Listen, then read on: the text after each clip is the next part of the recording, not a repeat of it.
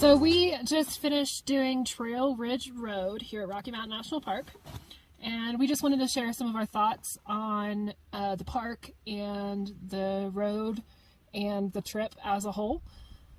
Mason, why don't you start? How do you feel about it? It's definitely one of the most beautiful roads I've ever driven. It is some of the most gorgeous wilderness I've ever seen. The mountain ranges are phenomenal. Yep. Probably second only to the view from Odom Point. The roads themselves are fantastic, really well maintained. The ride is great. I really wish I had my sports car here, but it's good in the Jeep with 37s. I mean, it feels good riding through here. I would say the same thing. It's probably one of the most beautiful drives we've ever been on. As a matter of fact, you can see from our resting place here, we're just hanging out on the side of a mountain. You can see almost the entire Rocky Mountain range from Rocky Mountain National Park. The road winds through the mountain range, so as you come around a bend, you can see an entire different section of the mountain range. So that's really nice. Altogether, I would say it's really worth it. It's a really easy drive. It's even easier than Pikes Peak. Take it slow. It's 30 miles per hour. It's going to take a really long time to do it. Trail Ridge Road is 50 miles, and you're going to want to stop and take pictures along the way, and you're going to get stuck in traffic. So I'm going to say that you're going to need a solid 3 hours to do Trail Ridge Road one way. The other problem is Trail Ridge Road, if you do the entire road, dumps you out at the complete opposite side of the park than you came in, either way. So, and I just looked it up, we came in at Beaver Creek Visitor Center, and if we had gone out, Sorry for that interruption. We saw an absolutely massive elk standing in the clearing over here, and Mason started yelling a little bit, so we had to stop and take a picture. Picture of elk inserted here. Okay. So anyway, as I was saying, it takes a really long time to do it, so just make sure that you save enough time for that, because we definitely learned that lesson. As you can see in the background, the sun is setting, and we're going to be finishing this one in the dark. So that's kind of our take on Rocky Mountain. I would say out of 10, 9? Yeah. 9 out of 10. Well maintained, bathrooms everywhere, fantastic. You're still looking for that elk, aren't you? No. Fantastic visitor centers. The best views I think I've ever seen in my entire life of the Rocky Mountains. Gets down to like 40-something degrees at the top of the mountain, so clearly bring a jacket and something to cover your ears because it's going to get cold. But I highly recommend doing it in a naked Jeep. It's been fantastic. It's really worth it. Yeah, if you can take the doors off, and I hate riding with the doors off, do it. Absolutely. All right, that's it. We hope you guys enjoyed this video. And, oh, this is where Mason tells me I have to say, click the link in the bio to follow us and subscribe for more.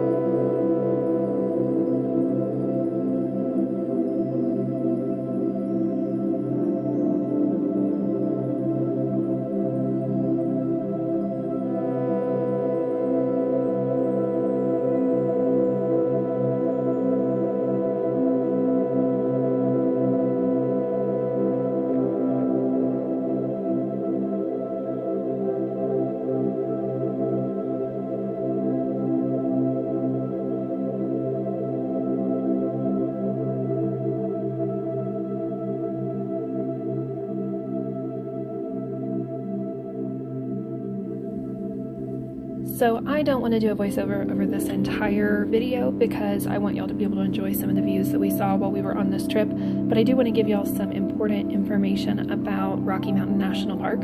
So the park itself is open 24 hours a day, which is fantastic, but the visitor centers, most of them close at 5 or 6 o'clock. They are kind of scattered throughout the entire park, which is great because you can stop at different places to go to the bathroom, get a drink, have a bite to eat, things like that, but they do close pretty early, so you've got to make sure that you plan your trip accordingly if you want to be able to stop and get anything along the way.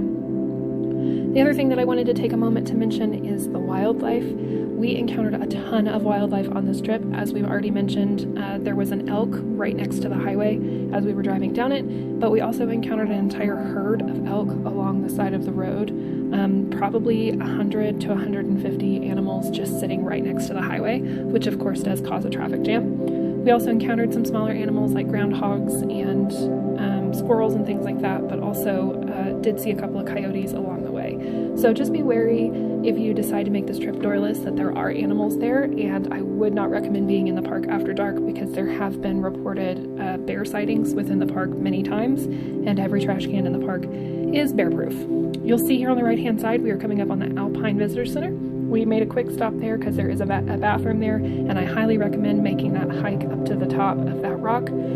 It is quite high altitude, so breathing can be difficult, so the only other recommendation I really have for you guys is to bring some oxygen tanks. I definitely got a lot of use out of my oxygen tank while I was on the mountain.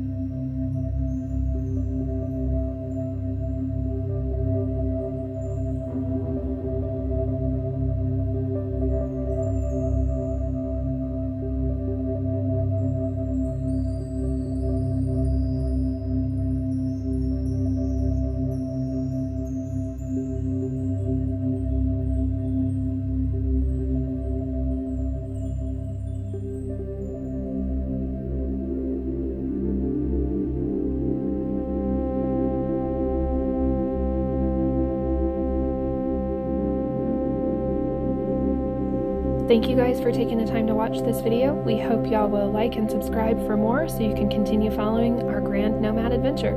Talk to y'all soon.